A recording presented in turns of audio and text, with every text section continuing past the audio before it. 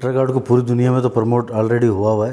बाकी अब ये हो जाएगा कि सीखने के बाद आप अपने काम को किस तरह प्रमोट कर सकते हैं। उसके लिए social media, Facebook, Instagram, YouTube, मुख्तलिफ ज़राए हमारे पास हैं दौर के हिसाब से।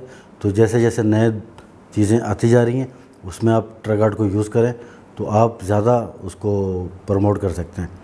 तो बेहतर यही है कि जो सोशल मीडिया से बेहतर ज़रिया प्रमोट करने का ट्रक आर्ट को और कोई नज़र नहीं आ रहा।